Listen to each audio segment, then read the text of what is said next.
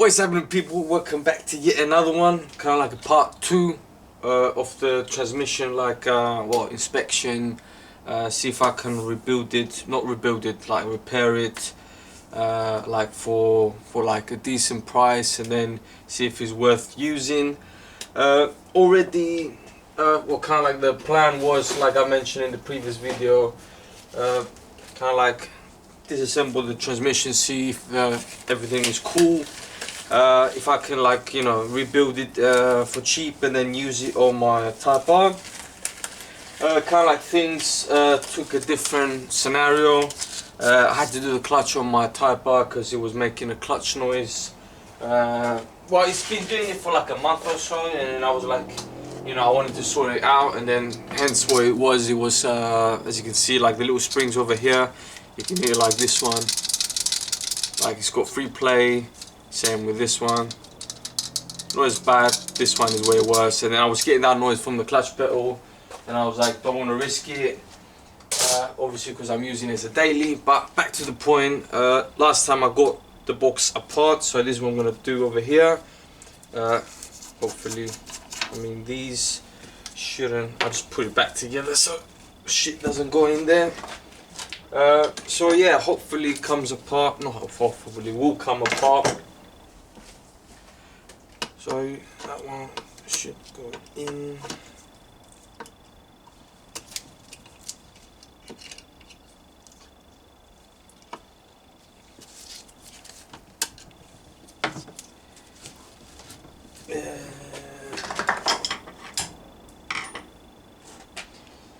Where are your pry bars and screwdrivers when you need them?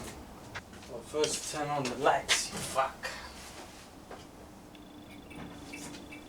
Wow, much better.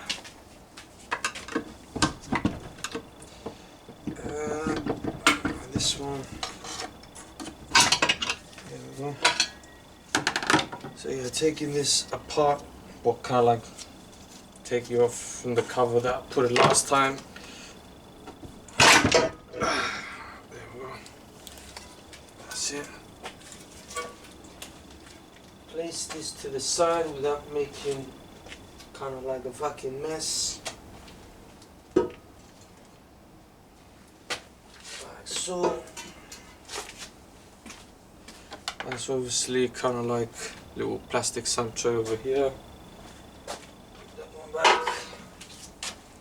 back. Pardon the transmission, that was when I done the clutch on my car, and then obviously gotta use genuine stuff. I prefer, I mean, if you can use genuine stuff, if you can't find it, you know, trying to find something that's well, basically same use as this, or whatever type of transmission this is, trying to find the same one for the same application. Don't cheap out on transmission oil, or in general any oil. So basically what was the condition last time, we just took it apart. It was a little bit jammed. Couldn't get into like to move as it is now. Okay, so what I'm gonna do, clean it up a little bit. It's got shit everywhere though, so kind of like we'll need cleaning up again. So yeah, pretty easy once you know I mean, the hard part is to take it out from the car. Once you take it out, pretty easy to change the diff on these ones. I mean, you know, obviously you gotta change the bearings. That's gonna be a little bit of a pain in the ass, but yeah, I mean, diff is straightforward right there. Basically you slot that, the main shaft, so yeah, that's your main shaft, and then your counter shaft. Main shaft, then counter shaft, my bad. So everything should pop out like together. One thing you need to do is you got two kind of like 12 mils or 10 mils. I believe the 10 mils. 10 mils. What's the 10 mil when you need it? Yet again. Yeah, 10 mil on that one. Obviously they're gonna be a lot tighter probably. I just snugged these a little bit because I took it off last time. Yeah, sleepy as fuck.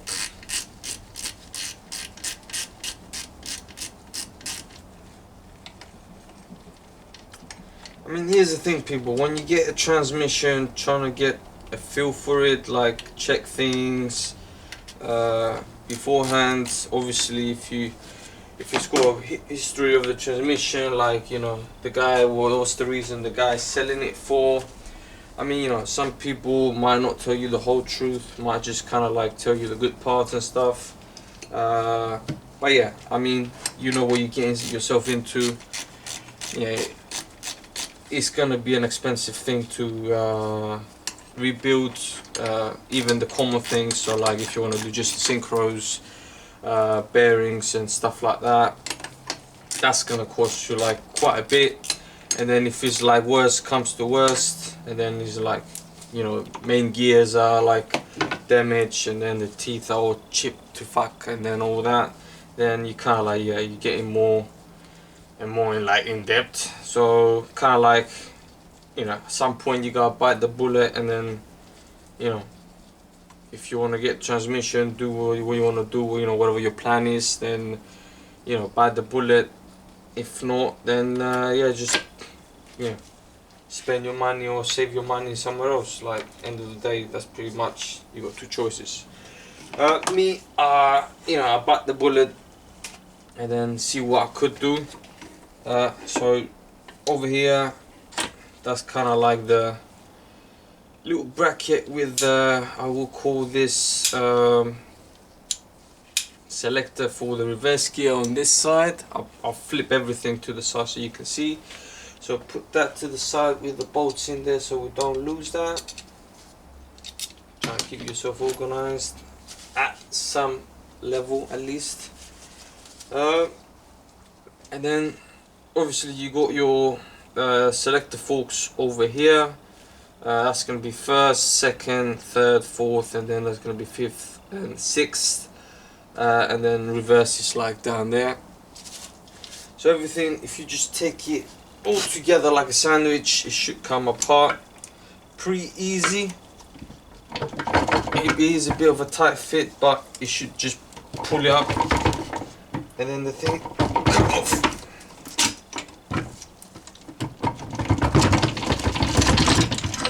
There you go.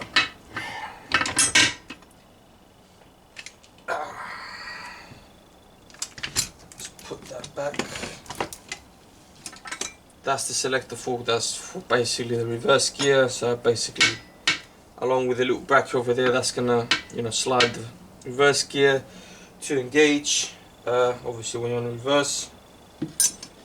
So yeah, I mean, that's the diff. If you want to put an LSD, that's straightforward. So you take it out, bit heavy. LSD, obviously if the new LSD you put in, or the used one or whatever, comes with the bearings, then cool. If you want to replace them, cool again. Seals over there.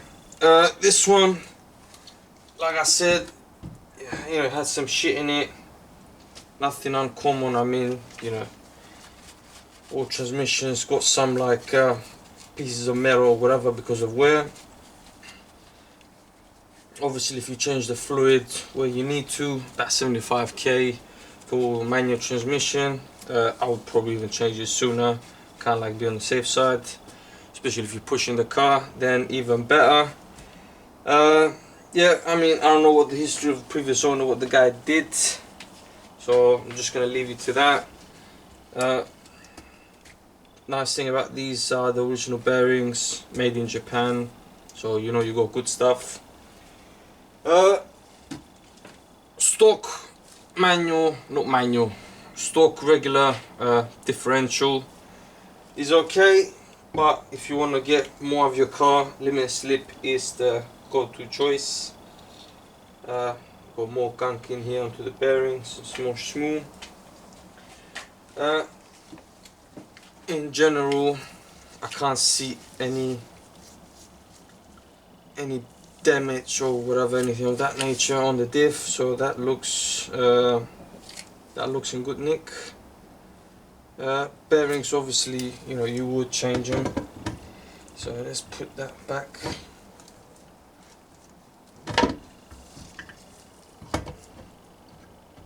For now, slides in nice, there you go.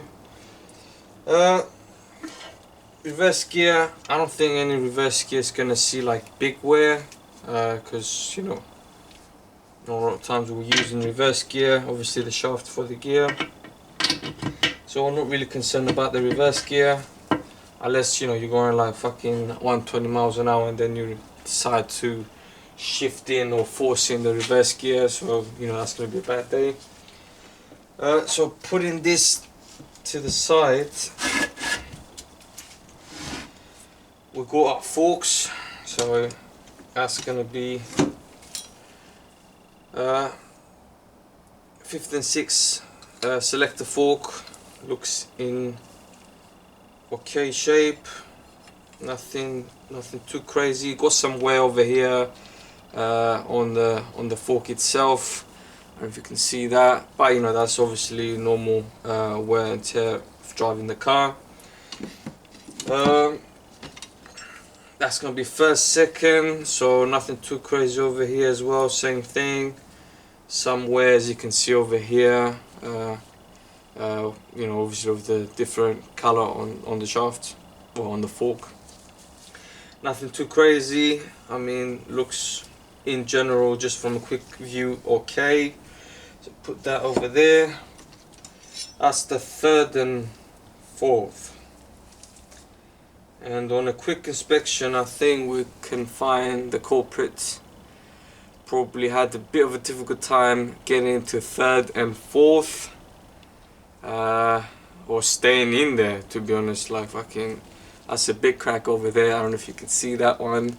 That doesn't look too good, to be honest. So shit, that's gonna be kind of like one part that we're gonna need to replace. Gonna need to get a quote for this one. Probably gonna check online. Obviously, ideally, I want to get like an OEM one Honda. But the bad thing is, I know they're gonna be costing a fortune. So I'm gonna look for a good second hand as well. Maybe I can get a second hand as well. As for the gears, that's the main shaft. Obviously. That's the most expensive part because obviously machine work. From the gears themselves, I can't see any heavy chipping or any damage to the gears themselves. Obviously this is just from a quick inspection, you know, not really in depth, but every gear seems to be in one piece. Synchros, if I take a closer look, some of the synchros, the teeth look a little bit worn. If I were to put this back,